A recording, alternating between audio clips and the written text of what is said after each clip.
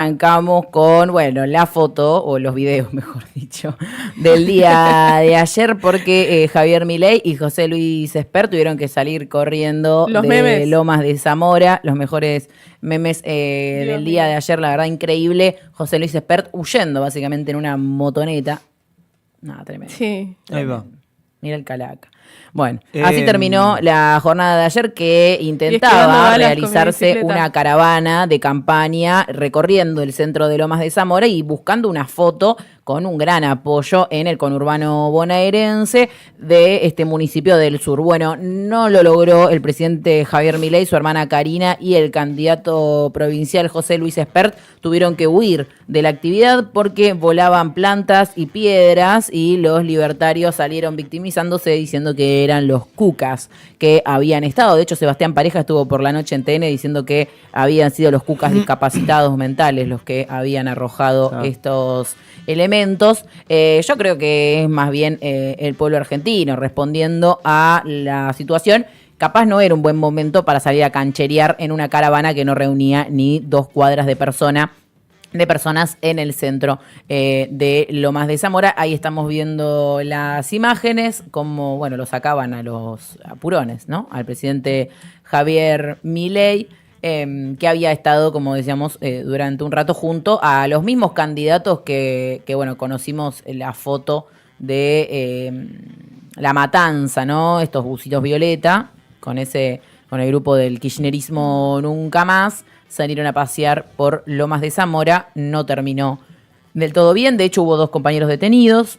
Se trata de el Pola José Dabrowski, que fue liberado rápidamente, y luego también Tiago Florentín, que permaneció detenido. Ambos deberán ir a declarar ahora a la mañana, pero ya estarían en libertad. Bueno, hubo permanencia en la comisaría durante un rato para esperarlos y que todo esté en condiciones, y hacia las 7 de la tarde más o menos ya se había desconcentrado esa organización ante las novedades que había habido sobre sus liberaciones. Pero bueno, hubo 2 detenidos porque, bueno, como vemos ahí, los libertarios tuvieron que correr. Me parecen unas imágenes muy simbólicas, más que nada esta, la de la cámara de TN siguiendo a José Luis Espert en moto. Es terrible, ¿eh? Es muy similar, me parece a mí, a lo vivido acá en la Universidad Nacional de La Plata, en el edificio Sergio Karakachov, ¿no? Donde fueron también repudiados, Sí. No de esta índole, no el presidente y su principal y tampoco era el presidente y su principal candidato. No. Pero sí esta muestra, ¿no? De ellos teniendo que retroceder en una ofensiva, imagen poco posible de generar muchas veces en este gobierno, ¿no? Donde ellos parecen como sí, que van a hacer correr a los zurditos y todas esas cosas, cárcel o bala, otra de las José Luis. Sí, ahora será motovala. Sí, la verdad es que él podría bala ponerse casco. Moto. Podría ponerse casco si anda en moto, porque también no tiene ningún problema de peinado el señor José Luis Espert como para usar casco. Pero debería. Sí, debería. No importa si tenés problema de peinado. No, peor, tiene la bocha más descubierta. Por eso dice que hay gente que se hace casco siempre. Se hace la pituca y no quieren usar casco. Bueno, primero, sobre todo es una buena publicidad para decir usa casco, sobre todo para que no te quede la cabeza así, como el señor José Luis Espert, pero no de afuera, ¿eh? No es un problema que sea un tobogán de piojos, el problema es de adentro. Claro. O sea, del cráneo para adentro, no es un problema del tobogán de piojos que tiene el primer candidato a diputado.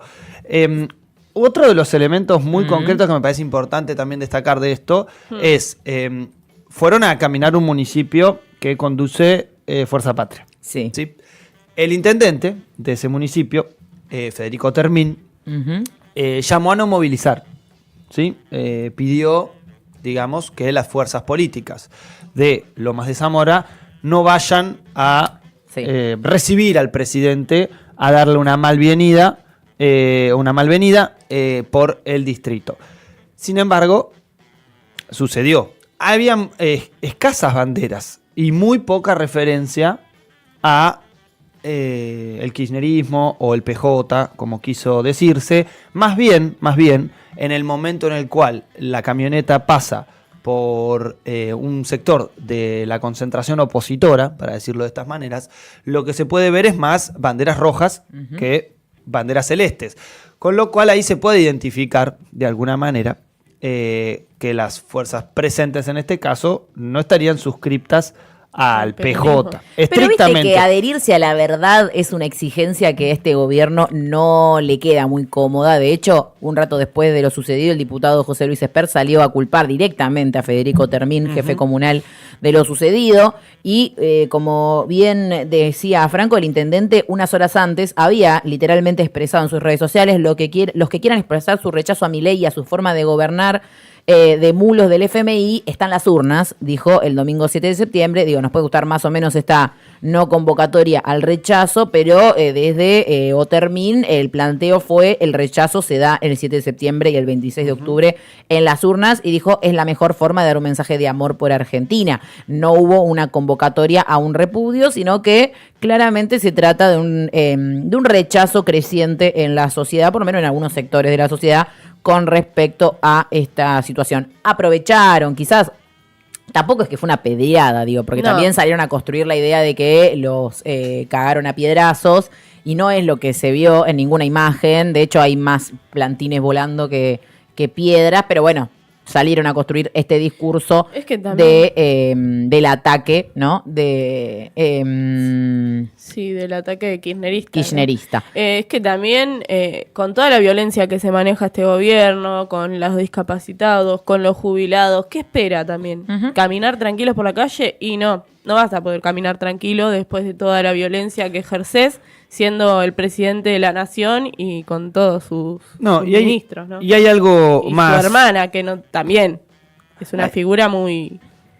Sí, hay algo más ahí, que es, una cosa es que por tu acción de gobierno cueste conseguir algún tipo de apego callejero, algún tipo de simpatía en la calle, o algún tipo de algo que no sea repudio, ¿no? Que es un poco lo que estamos viendo en distintos lugares donde el gobierno trata de desembarcar, y sobre todo en una elección en un territorio muy adverso como es la provincia de Buenos Aires, sobre todo la tercera sección electoral.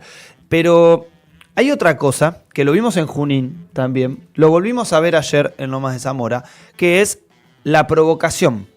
Hay un intento de provocar, concretamente, que lo vimos en Junín con José Luis Espert caminando hacia el vallado que estaba estipulado por la seguridad del evento, con un cordón policial, y Espert con puño en alto gritando "Viva la libertad, carajo", en sentido hacia los manifestantes.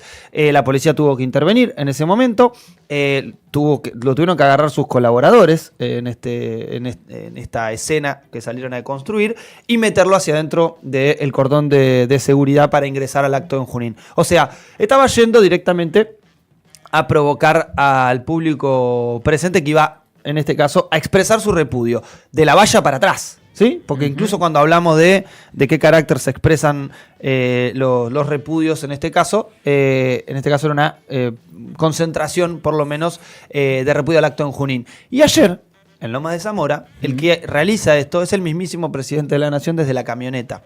Que concretamente empieza a gritarle a quien le gritaba algo, cual tribunero infantil, ¿sí? Que ante el pedido o el grito de "ustedes son todos coimeros, esos son los tuyos", ¿no? Se escucha gritar al presidente de la Nación desde esta camioneta. Sí. Y después, por otro lado, me parece que lo más preocupante de todo es ver un nivel de seguridad presidencial tan vulnerable. Lo que se vio ayer es que lo están tirando a la parrilla. Sí, igual. Lo que se vio ayer es que hay un tipo que no solamente rompe el primer cerco de la camioneta, sino que va con un pasacalle y le pega directamente a la camioneta, cual piquero de Age of Empires. Sí, pero también hubo una teoría que yo no la descarto, que puede ser que también esto se ha generado a propósito para después tapar un montón de cosas que están saliendo a la luz, como por ejemplo estas coimas que pedía Karina, Y yo la verdad que no sé qué pensar hasta este momento, yo creo que porque hoy siempre te dan algo de qué hablar. El gobierno siempre te marca la agenda, eso es algo que vino pasando mucho últimamente. Sí, me parece que igualmente la cuestión de los audios le resulta inevitable y no sé si una muestra de debilidad como la que se vio ayer, que es literalmente ellos siendo afectados, golpeados y corriendo, es algo que el gobierno hoy en día quiera demostrar de esta forma, más allá después de cómo utilizan esa situación para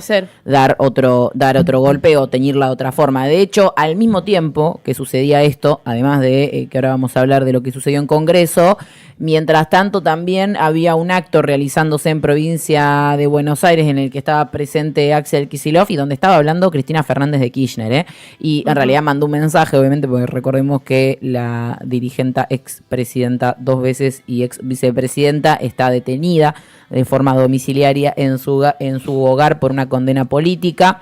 Está básicamente proscripta y es una presa política. Desde allí mandó un mensaje en un acto sobre salud, donde también estaba presente el ministro de Salud provincial Kreplak, Nicolás Kreplak, y justo en el mensaje dice esto, ¿no? Dice, ahora todo es culpa de los cucas. Los Milei se están robando todo y es culpa de los cucas. Bueno, y justo al mismo tiempo la narrativa del gobierno era esa. La vamos a escuchar un pedacito. Regulan todo el sector de salud y en especial al ANMAT, provocando por falta de control la muerte de 96 personas, por lo menos es lo que sabemos hasta ahora, ¿no? Porque compatriotas no lo duden, la desregulación también puede matar. Y arriba tienen el tupé de intentar responsabilizar al kirchnerismo. Dale. Fue nuestro gobierno en el 2011 y el 2012 el que reguló por primera vez al fentanilo y estableció un sistema de trazabilidad, o sea, de seguimiento estricto en toda la cadena de producción y distribución. Pero no solo eso. Los que derogaron y sacaron de esa categoría el fentanilo fueron los gobiernos de Cambiemos, de Mauricio Macri en el 2016, hoy socio minoritario de los hermanitos Milei. Muy caraduras, la verdad, muy. No se hacen cargo de nada. La culpa siempre es de otros, y por supuesto de los cucas, claro, ¿no? Aquel 23 de noviembre, cuando critiqué la obsesión de la desregulación de Sturzenegger, también dije, ya que tanto le gustaba desregular, ¿y por qué no desregulaban la importación de medicamentos genéricos? Dije, ¿no? Así bajaban los precios y teníamos una mayor capacidad de gestionar presupuestos sanitarios. Si serás idiota, Cristina. Si serás idiota. Mirá que les iba a interesar bajar los precios de los medicamentos. Dale, si cobraban coimas por los porcentajes sobre medicamentos facturados para los discapacitados. Y no es un relato, Cuca. No. Lo escuchamos todos, toditos los argentinos. Nada más ni nada menos que de la boquita del abogado y amigo personal de Milei, al que nombró director de la Agencia Nacional de Discapacidad. Y después rajó cuando se armó el quilombo. Bueno, sí, ahí le escuchábamos un pedacito a Cristina. También esto teniendo en cuenta que un rato antes, justamente Javier Milei, previo a la caravana en Lomas de Zamora, fue la primera vez que se refirió directamente al escándalo de las coimas y de los audios y dijo, todo lo que dice Spanuolo es mentira, lo vamos a llevar a la justicia y vamos a probar que mintió. Y también, mientras tanto, una audiencia preliminar confirmaba que había habido sobreprecios en la compra de la Agencia Nacional de Discapacidad a los medicamentos. Digo, en ese mismo marco, Cristina envía este audio en un acto en defensa de la salud que estaba realizando el gobernador Axel Kicillof en Pilar junto a el ministro de Salud de la provincia de Buenos Aires y algunos candidatos, como hoy veíamos en el video en pantalla. Bueno, esto es un poco lo que pasó en el día de ayer y como decíamos, mientras todo esto sucedía, como todos los miércoles hubo movilización en el Congreso de la Nación. Hubo también sesión en diputados, donde estuvo presente Guillermo Francos, dando su exposición, respondiendo las preguntas de los distintos diputados, preguntas que habían hecho antes de que hayan hayan sucedido la situación de los audios, pero que igualmente el tema se coló en la sesión. ¿Qué sucedió? Bueno, adentro del Congreso evitó casi todas las respuestas Guillermo Francos, igualmente respondió algunas, defendió a muerte las facultades delegadas, dijo que para qué se las dieron si no querían que las usen después. ¿Qué chicañó?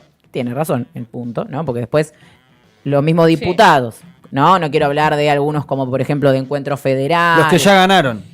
Yo ya gané. Algunos diputados que le votaron las facultades delegadas dicen yo no se las voté para eso. Pero se las votaste, no importa con qué objetivo, digamos. Después, él buscaba eso. Una vez que las tenían, iban a poder hacer lo que quieran y lo advertimos. Bueno, también negó los privilegios de la droguería suizo-argentina, reivindicó que este gobierno sacó de la pobreza a 12 millones de argentinos. ¿Dónde están? ¿Qué sé yo? Ah. En los papeles de Guillermo Franco, no sé. Tendríamos que ver si algunos... ¿Son 12 millones los bonistas de Caputo? No creo. No, y aparte habría que ver menos. si nos podemos comunicar, ¿viste? Con uno de los 12 millones de argentinos que salieron de la pobreza en ese tiempo. Porque 12 millones deberíamos conocer todos a alguno. Porque si hay 44 millones, por lo menos un tercio de la población, a alguno deberíamos conocer. Sí. Y por ahora yo, y eso que conozco bastante gente, No yo conozco estoy a ninguno. más bien conociendo a los otros. Claro, me parece que... Los que están entrando. Acusó también a la oposición de montar una operación política a partir de los audios de Españolo. En la puerta del Congreso, como siempre, represión. La policía avanzó motorizada contra los manifestantes que intentaban dirigirse hacia Plaza de Mayo. Comenzó entonces a reprimir y hubo amenazas, empujones y golpes, como estamos viendo ahí en los videos. Una nueva marcha de miércoles multisectorial en apoyo de las y los jubilados y en particular en repudio a las políticas del gobierno nacional. Lo mismo que vemos siempre, ¿no? Cuando son un poco más chicas las movilizaciones, se intentan desplazarse movilizando hacia Plaza de Mayo, la policía intenta evitarlo con cordones, en este caso con la actuación de la motorizada para amedrentar a los manifestantes. Sí, cosa rara la de ayer, sobre todo de los miércoles que veníamos. Recuerden que nosotros veníamos analizando que había un control policial y un operativo de la policía de la ciudad que hacía una especie de corralito en la Plaza de los Dos Congresos sin dejar salir a los manifestantes. En el día de ayer hubo un acuerdo en la liberación de 2 carriles en la Avenida de Mayo para llegar a Plaza de Mayo. Había un acto principalmente de fuerzas de izquierda, allí, del FIT Unidad, entre otras fuerzas, en la Plaza de Mayo. Con lo cual se salió con una marcha, si se quiere, un poco más numerosa que los miércoles anteriores. La verdad que eran por lo menos 1,5 cuadras de manifestantes, casi 2, con algunos de estos tumultos que se dieron producto de una provocación policial que después de ver las imágenes de Milei a la tarde, estábamos acá y las vimos recién llegando a Plaza de Mayo, las imágenes de Lomas de Zamora. Un poco lo que reflexionaba después en el viaje es, hay una situación de esperar la reacción y mostrar la reacción. Hubo uno de los policías de la motorizada, que está fotografiado por los miembros de ACBI, que directamente se mete a un círculo de manifestantes empujando. Y algunos pensábamos con el único objetivo de cobrar, ¿sí? Porque no se mete ni a separar. Él solo, aparte. Ni a salvar un compañero, ni a tirar gas porque había alguien. No. A provocar. Se mete empujando, tira 1 o 2 piñas más o menos, intenta salir de un círculo de manifestantes que obviamente estaban y jubilados, ¿no? Que estaban presentes ahí.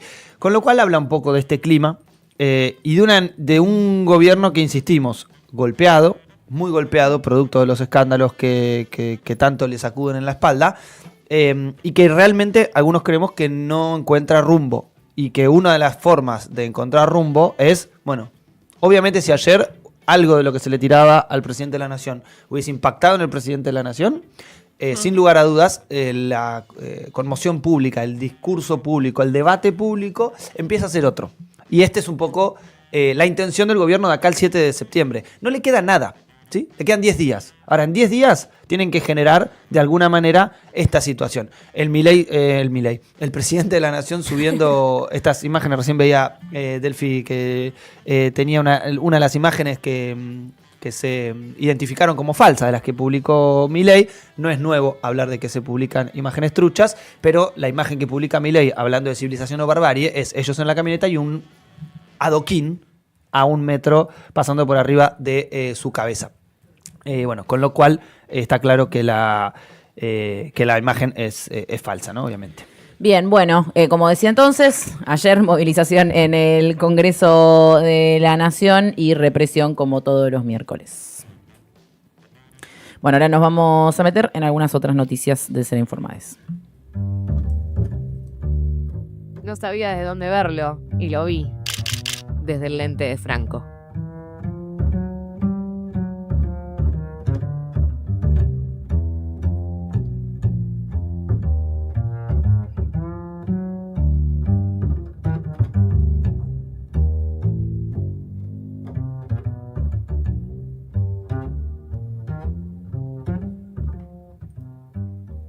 Recién hablábamos un poco de la sesión del miércoles y vamos a continuar hablando obviamente del escándalo alrededor de la Agencia Nacional de Discapacidad. En el día de ayer que hubo dentro del Congreso de la Nación distintas discusiones, sobre todo entre los ex compañeros de lista, sobre todo las diputadas que ingresaron a través de la lista de la Libertad Avanza. Estamos hablando por lo menos de hoy las dos jóvenes diputadas que por lo menos de cara a la tribuna, se rebaten, se discuten públicamente. Estamos hablando concretamente de Pagano y de Lilia Lemoine.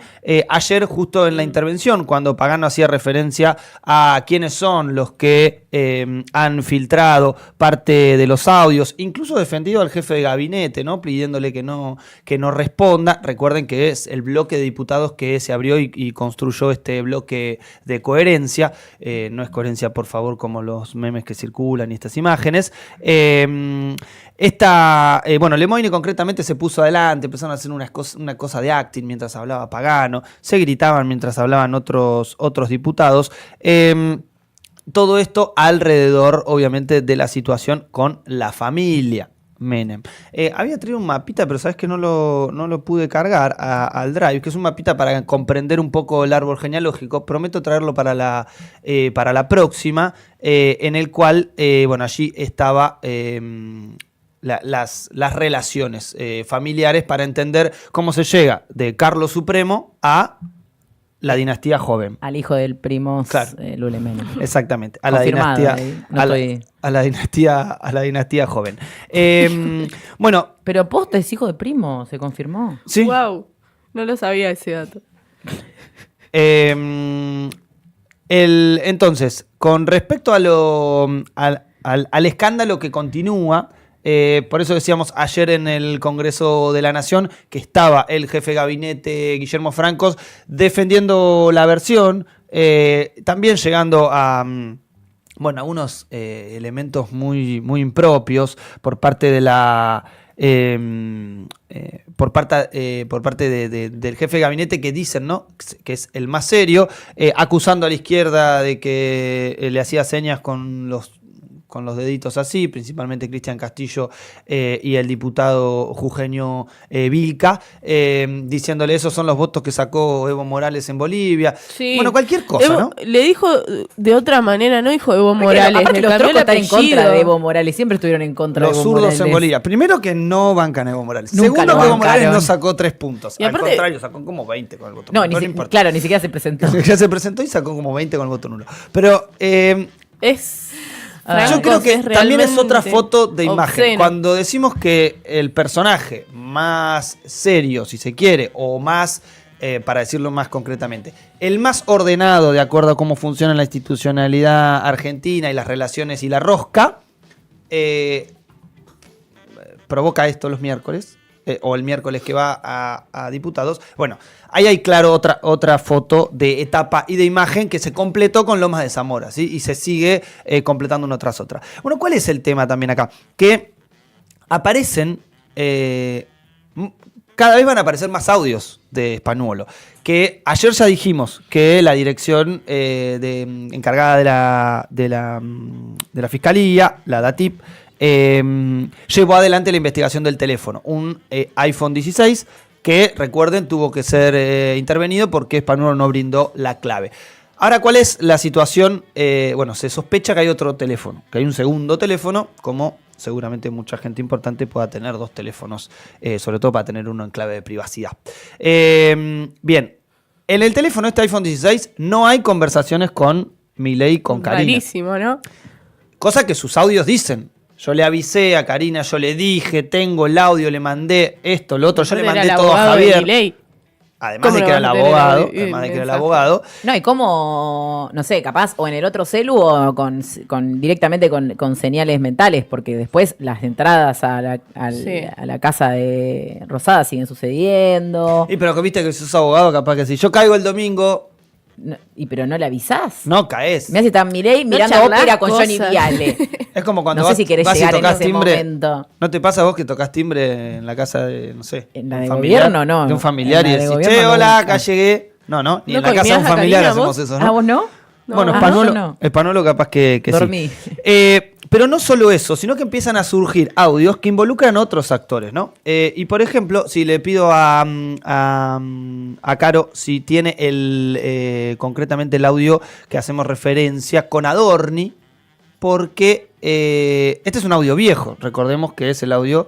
¿Se acuerdan cuando Adorni mostró ¿Adorni qué pasó? Me había olvidado de Adorni. ¿Se acuerdan la foto cuando Está Adorni guardado. mostró Está la foto de la colita del perro? Y dijo, con esta ecografía que hicieron, pidieron una... Le dieron. Eso así dijo, le dieron una pensión por discapacidad a un correntino que presentó esta ecografía. Sí, fue así. Escuchen lo que decía Español al respecto. O sea, mirá la comunicación, lo tenés pelotudo de Adorni, que le pasamos toda la información, la radiografía del perro, dijimos, esta pensión no se otorgó, la radiografía del perro, que hoy que dicen, esta pensión se otorgó. Y yo tengo que andar explicando que esa pensión no se otorgó, porque hoy están mintiendo, esa no se otorgó. Te lo pasé clarito, esta no se otorgó.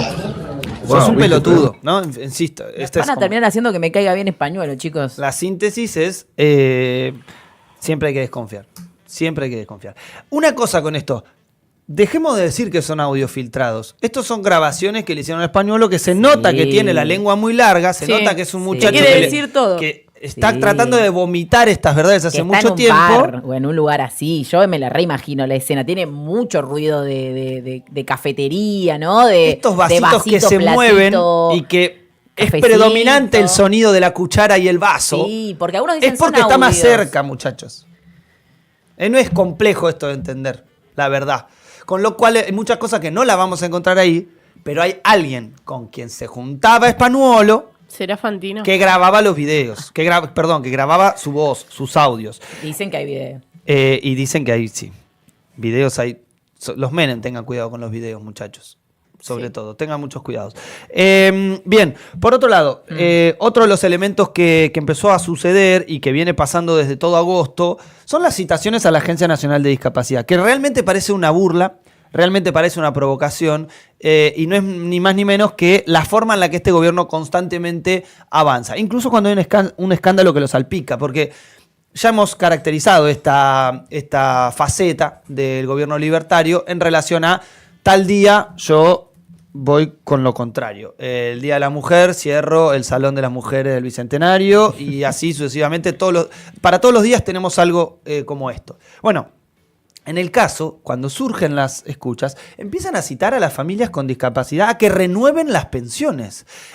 Primero, algunos directamente van porque ya no la cobran. O sea, no tuvieron ni siquiera una notificación. Estas son las largas filas, obviamente está C5N y TN. Y vamos a escuchar a esta chica, ponelo del comienzo, Caro, por favor, con sonido a ella, que esto fue el día de ayer, pero hasta hoy también estamos en estas condiciones. A presentar los papeles porque este mes no cobré, me suspendieron la pensión. Mirá.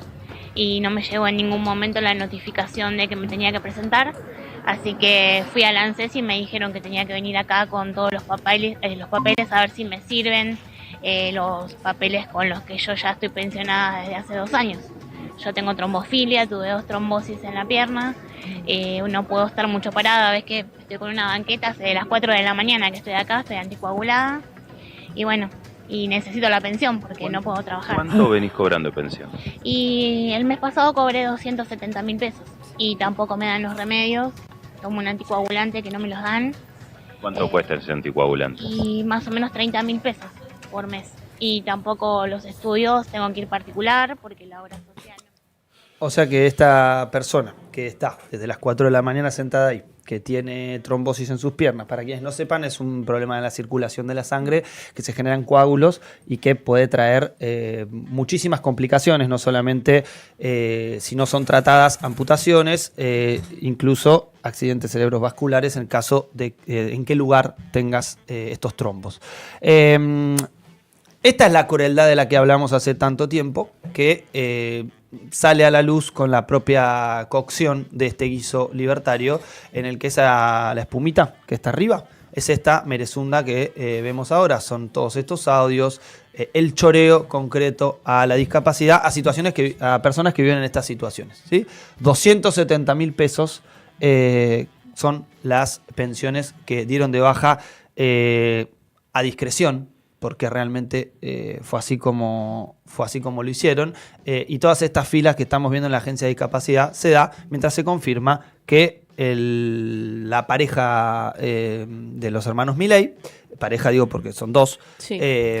La primera dama, como decía confirman él, que se quedan con parte de los retornos de las droguerías, más todos los kioscos, como dijo Spanuolo. Esto va a seguir durante la campaña, así que vamos a seguirlo muy de cerca este tema, pero no queríamos dejar pasar que este es otro ejercicio más de la crueldad, que parece que por lo menos este sí tocó una fibra íntima en la población.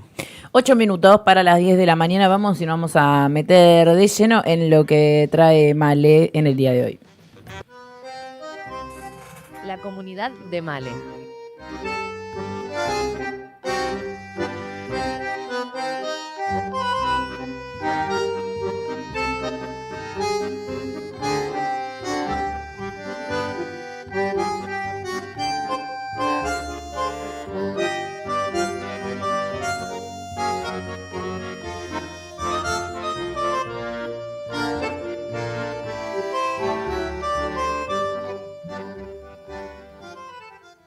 Bueno, nos metemos nuevamente, vamos a hablar de la petroquímica Río Tercero. Primero que nada, solidarizarnos, ¿no? Y mandarles un fuerte abrazo a la familia de Elías Casu, jefe de recursos humanos, que bueno, lo encontraron fallecido en su casa y con secreto de sumario, ¿no? La justicia dictó secreto de sumario y que fue caratulado como muerte de etimología dudosa, se llama. O sea, se va a investigar qué fue lo que pasó. A priori no se confirma, sabe más nada no se confirma ni un suicidio ni un asesinato. Se está investigando, sí. Esto fue el martes. Y ayer salió la noticia de que lo habían encontrado fallecido. Bueno, es un golpe muy duro también, ¿no? Para el Córdoba, porque bueno, recordemos que Córdoba está pasando un momento grave, no solo por los despidos, sino por la situación entre el gobierno de Córdoba y los trabajadores que están siendo brutalmente despedidos. Pero bueno, vamos a hablar de otra cosa igualmente, porque tiene que ver con Río Tercero, tiene que ver con la petroquímica, pero vamos a hablar específicamente de los dueños y de sus negocios, porque cuando hablábamos con Lucas, él mencionaba que desde las patronales lo que planteaban era que estaban en quiebra o que no podían pagar los salarios, ¿no? Uh-huh. Recordemos que militarizaron la fábrica, para que los trabajadores no ingresen, hubo conciliación obligatoria en varias ocasiones, el Ministerio de Trabajo de Córdoba no frenó para nada los despidos, la fábrica sigue sin producir, los trabajadores siguen cumpliendo sus horarios de trabajo, pero con incumplimiento de pagos de salarios y demás. Bueno, obviamente que los trabajadores hicieron todo el caminito legal, ¿no? Pero bueno, hablamos puntualmente de la investigación que hicieron desde CEPRO, que es Centro de Profesionales por los Derechos Humanos, y La Izquierda Diario. La investigación dejó ver que no solo investigaron, dejó ver que no solo podían pagar salarios adeudados y reincorporar a los trabajadores despedidos, sino que también reveló el fuerte lazo que generaron las familias con diferentes gobiernos, ¿no? Como por ejemplo el gobierno de Mauricio Macri. descubrieron también que tienen una empresa paralela que se llama Bliss. Y bueno, para hablar de eso, estamos en comunicación con Florencia Liupia, espero haberlo pronunciado bien, militante de CEPRO y del PTS y estudiante de Derecho. Bienvenida, Florencia, de este lado Franco, Delfi y Malena, te saludamos. Hola, ¿cómo están? Bien, ¿vos cómo estás? Todo bien, lo estaba escuchando recién hablar del gobierno del 3%. Bueno, ahora vamos a hablar de amigos del gobierno del 3%, que es esta familia Vara, que estuvo siendo muy nombrada últimamente en Córdoba, y más que nada por el sector trabajador, por todas estas investigaciones que ustedes mostraron, ¿no? ¿Nos querés contar un poco cómo empieza la investigación? ¿Qué se pudo descubrir de hace cuánto que viene esta familia trabajando con el gobierno, por decirlo de alguna manera? Sí, mira, nosotros, nuestro compañero, que es un compañero abogado de acá de Córdoba, se llama Nacho, inicia la investigación justamente para poder ver si era real esto que decía la empresa, de que no tenían dinero, ¿no? Recordemos que ellos en el 2024, esto es un dato importante, tienen la primera tanda de más de 100 despidos, inician un proceso preventivo de crisis y los trabajadores, con una ardua lucha en donde nosotros como estudiantes estuvimos ahí, también estuvieron la comunidad de Río Tercero y sus familiares, con un acampe de 90 días, logran la reincorporación de 23 trabajadores. Uh-huh. A posterior de eso, en julio, llegan los trabajadores a la fábrica y la policía no los deja entrar. Escuchaba que recién mencionaba la militarización. Imagínense que la policía entra antes de los despidos, o sea, antes de que los trabajadores se enteren que hay 125 despidos nuevos ahora en julio. Uh-huh. Es la policía quien no los quiere dejar ingresar. En ese marco iniciamos la investigación y descubrimos varias cosas. Por un primer punto, hay un estrecho ligazón entre la familia de Vara, el Poder Ejecutivo Nacional y el Poder Ejecutivo Provincial y Municipal. Uh-huh. Tanto con Macri, en donde Vara les promete a Mauricio Macri, cuando hablaba de la lluvia de inversiones, 600 millones de pesos que van a ingresar directamente desde la petroquímica, que nunca ingresan, digamos, al país. Sí. Y además es el mismo año en donde Verónica Vara con Francisco Lana, que es su esposo y actual miembro del directorio de la petroquímica, están en los Panama Papers. Uh-huh. Eso fue como dos cosas importantes, ¿no? Y una tercera cosa es que pasó algo insólito, que la petroquímica era la única en Latinoamérica en producir TDI, producto que se utiliza para hacer los colchones. Recordemos que Vara es parte del Grupo Piero, ex Grupo Piero, ahora se llama Grupo Leonforte, uh-huh. Y son ellos mismos, o sea, la empresa misma le pide al gobierno nacional que dé de baja la resolución antidoping que está vigente desde el 73, desde la ANUS a esta parte. Que es quien la funda, ¿no? Claro, que la funda. Entonces le piden que la dé de baja esa resolución y se cierra la fábrica la parte de la fábrica que produce el TDI. Que eso es lo más insólito, porque ¿qué empresa le puede pedir, teniendo una medida antidoping, que es algo positivo, si se quiere ver de alguna forma, que le dé baja, digamos, por una crisis? Y siendo la única que lo produce en Latinoamérica, la única empresa que lo produce. Para los colchones, justamente, que ellos tienen el negocio en los colchones. Y es que ahora Milei abrió las importaciones, entonces estar en esa es más barato. Conviene traerlo de afuera. Claro. Que producirlo. Entonces hay un primer ataque, digamos, a la producción nacional en ese sentido y una clara complicidad, porque de hecho es el Ministerio de Economía el que dicta la resolución del Ministerio de Milei. Uh-huh. Después hay una segunda cosa que es el capital social con el cual cuenta la empresa. Nosotros nos encontramos con muchos grupos económicos que en el directorio se repiten los nombres Verónica Vara, Francisco Lana y Manuel Vara.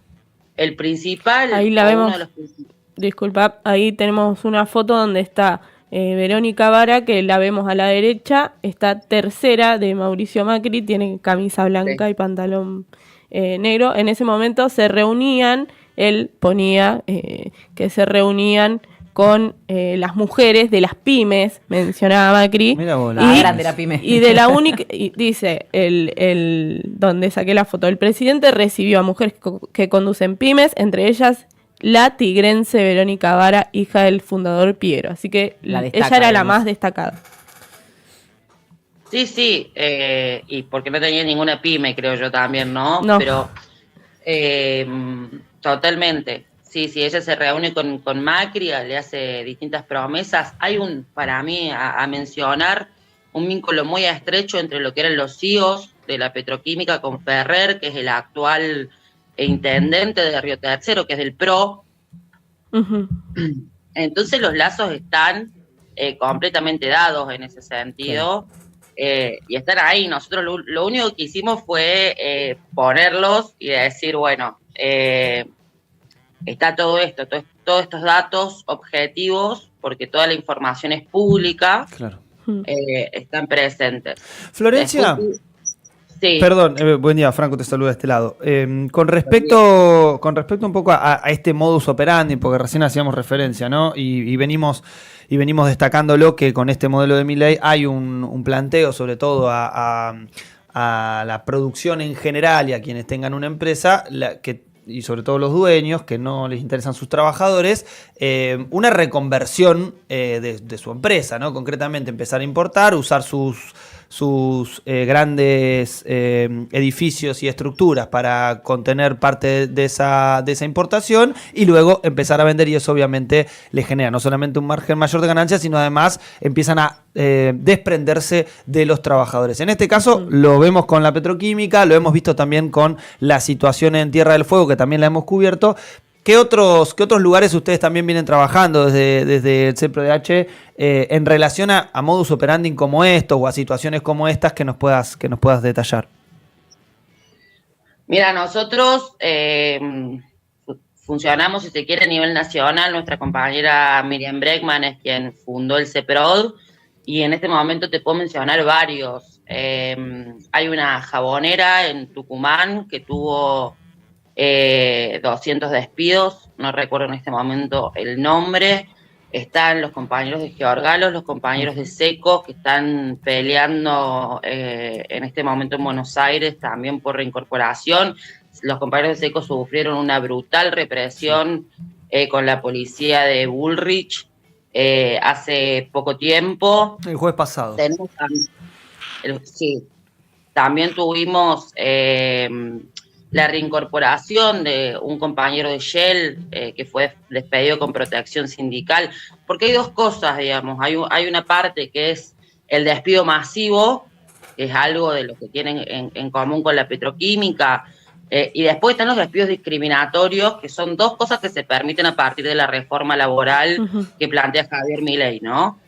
Entonces los estamos viendo en muchos sectores. Hubo 20 despedidos acá en una neumática, compañeros del SUNA que lograron la reincorporación hace poco. Hay despidos en Coca y en Arcor, también discriminatorios, en Bagley de San Luis también. Se está despidiendo gente que o tiene protección sindical o son activistas y tenían la intención, digamos, de presentarse en las elecciones sindicales, y esto tiene que ver impacta, digamos, para el futuro, digamos, para la segunda parte de la reforma laboral que quiere incorporar Milei.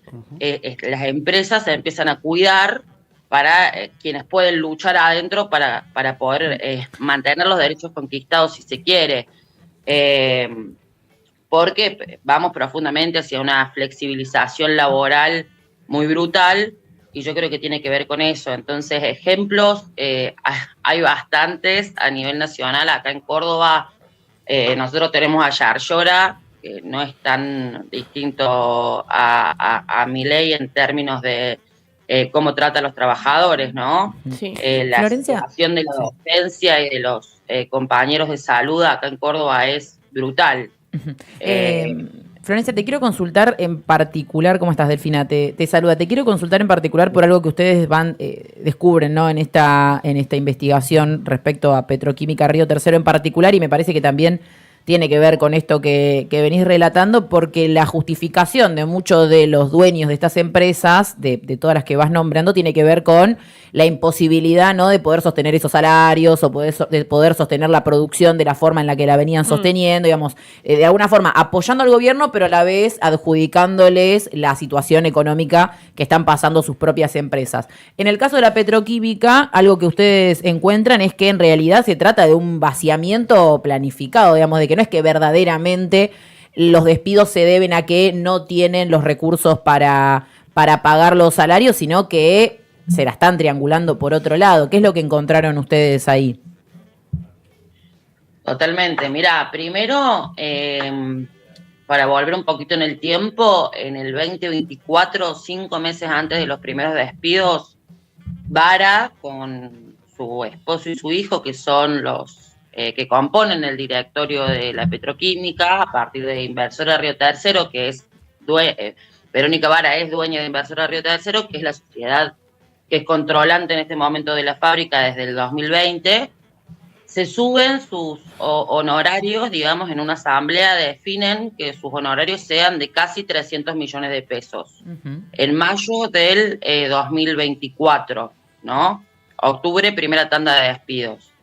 Al mismo tiempo, Bliss, que es este negocio inmobiliario del que ustedes mencionaban, para que mencionemos, se dice que es el primer crucero vertical en Argentina, es en San Fernando, en Buenos Aires, en donde los departamentos rondan entre $200.000 y $400.000 cada uno. El dueño es Manuel Lana, que es el hijo de Verónica, que adquiere esto a los 18 años. Ajá, mira. Qué suerte, ¿no? Para que qué bien. Bueno, pero es herencia. Un negocio inmobiliario de alta gama. Somos todos envidiosos de la herencia. No quisiera que venga alguien y te diga a los 18 o más, digo, no, yo tengo 27 y alquilo hace 10 años y el pibe este es dueño de casi 70 departamentos. Y por otro lado, tienen otros 9 grupos económicos en donde están moviendo plata. Entonces, ¿qué hicieron? A la petroquímica la vuelven colchón de deuda, en última instancia. Esa es la estrategia. Por eso ellos abren un concurso de acreedores y dicen, nosotros no tenemos plata para pagar. En el concurso de acreedores, por más de 3.000 millones de pesos, está la mamá de Verónica como una de las acreedoras. Entonces, esto de comprarse y venderse su propia deuda para poder achicarla y para poder justificar que no hay dinero, es otro de los puntos para tener en cuenta cuando hablamos de vaciamiento. Porque los trabajadores, la verdad, los están tratando pésimo. No tienen, en su momento les cortaron el transporte, el agua caliente, la comida. Es una situación, la verdad. Sí, tienen a la policía en las puertas de su casa también. Esa es otra de las situaciones, ¿no? Todo el tiempo siendo hostigados por la policía con el gobierno de cómplices y bueno, y estos multimillonarios haciendo sus negocios tranquilamente.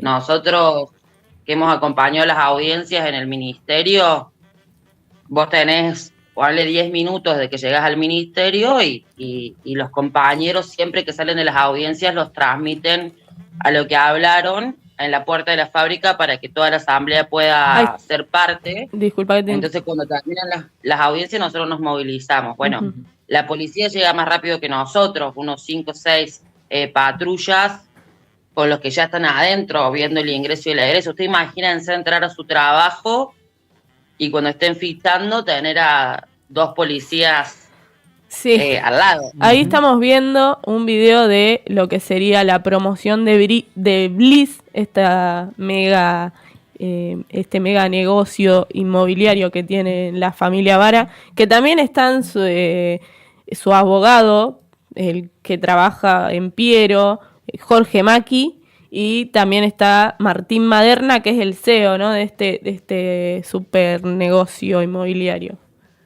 Sí. Que ellos son parte de Piero también y de Petroquímica Río Tercero, si no entiendo mal. Ahí está Jorge Macchi.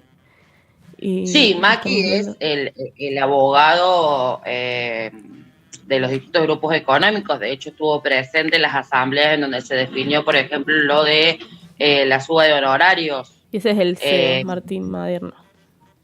Y Martín estuvo en una de las reuniones con Ferrer, que es el intendente de Río Tercero, que a los trabajadores del intendente les dijo: yo les puedo abrir una oficina para asesorarlos en dónde invertir la indemnización. Ajá.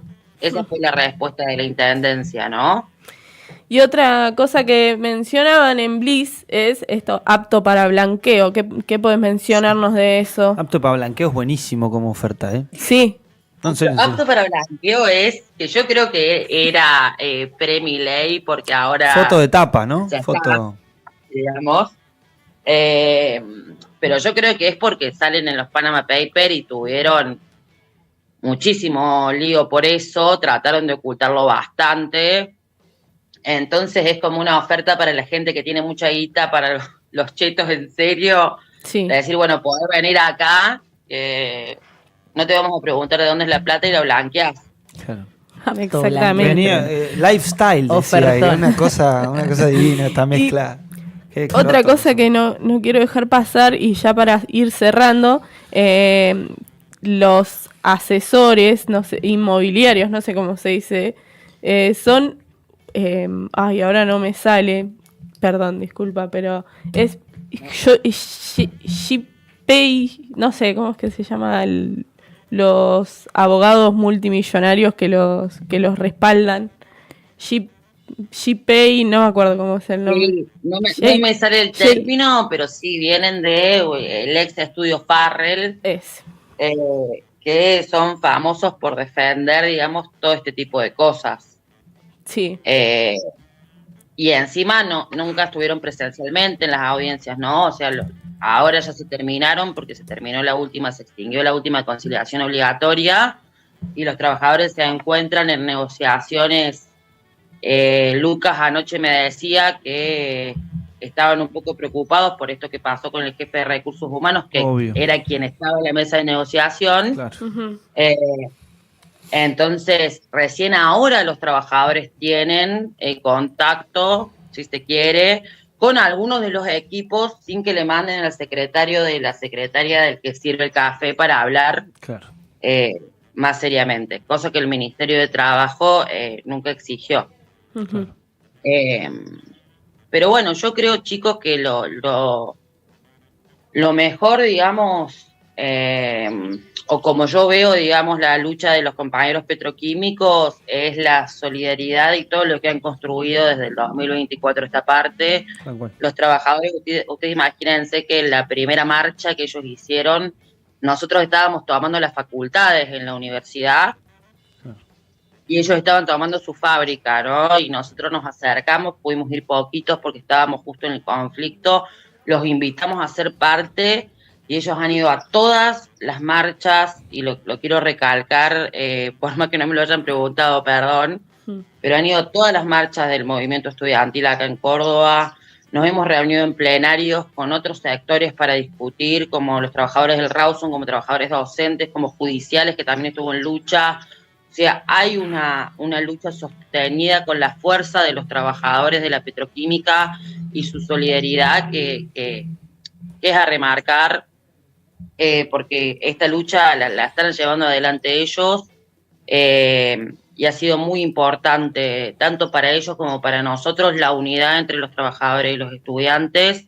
Nosotros aportamos esta investigación desde ahí, porque opinamos que nuestros conocimientos tienen que estar puestos al servicio de los trabajadores y de las mayorías populares, que somos las que estamos siendo golpeadas hoy. Y tenemos un vínculo muy, muy lindo en ese sentido, no solamente de luchar, sino de sostenernos muchas veces, en donde empiezan a emerger todas estas cosas, digamos, ¿no? De un cerebro colectivo y poder hacer una investigación y poder aportar eso, pero quiero destacar la solidaridad que hemos encontrado mutuamente en ese sentido. Muchas gracias, Florencia, por comunicarte con nosotros y por tu tiempo. Y bueno, estamos en comunicación por cualquier novedad. Gracias, chicos. Un abrazo. Hasta luego. Chau. Fuerte abrazo. Bueno, pasa Florencia Liupia, que es militante del CEPROT. Y bueno, con esto que mencionaba, ¿no? La investigación que llevaron adelante, que si se quedaron con curiosidades porque quizás no pudimos abordar todo lo que se descubrió, pero pueden buscarlo en YouTube como Petroquímica Río Tercero, historia de un vaciamiento planificado. Hay un video que dura aproximadamente 11 minutos que tiene toda la data que pudieron ir juntando y conociendo también a estos empresarios que muchas veces no se les conoce la cara, no se les conocen los nombres, pero que son los que están siendo beneficiados por estos gobiernos y son los que están en esa burbuja de los poquitos que viven bien a costa del sufrimiento de un montón de personas. Sí, y un caso testigo, ¿no? De cómo bajo el argumento de la imposibilidad de pagar salario, de pagar aportes, ¿no? Esto que pagan, incluso tienen deudas, ¿no? Con los organismos que recaudan los aportes de los trabajadores, que después tienen problemática para poder registrar los 30 años. Bueno, un montón de cosas que pasan en la vida cotidiana de un trabajador de estas empresas privadas, que algunos dicen, bueno, está creciendo el empleo privado. Bueno, en realidad es esto, ¿no? Cientos de despidos con vaciamientos triangulados, plata que se la llevan para otro lado o se convierten a la importación en otros casos y dejando a cientos, literalmente cientos de trabajadores. Recordemos que en el caso de Río Tercero se trató de alrededor de 300 y fueron alrededor de 30 y pico los que pudieron ser reincorporados. Así que, bueno, un caso testigo, ¿no? de la Argentina que estamos viviendo hoy. Ya son 10:20 de la mañana, nos vamos a ir con la tanda. Sí. Que nos quedó un poquito pasadita y ya volvemos. Según la RAE, una trinchera es una zanja defensiva que permite disparar a cubierto del enemigo. En esta trinchera